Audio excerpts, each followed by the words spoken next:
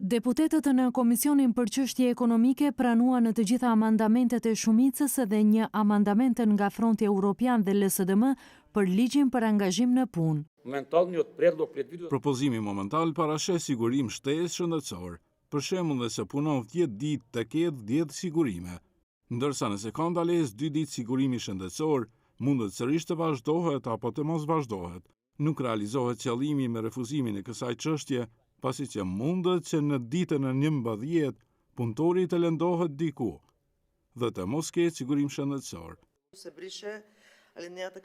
Alinea ku parashihet detyrimi për të paguar një kontribut në rast të papunësie, duke qenë se kjo nuk është çështje punësimi, besoj se në përputhje me ligjen për marrëdhëniet e punës dhe pagesën, në rast të sigurimi nuk i përket këtij neni.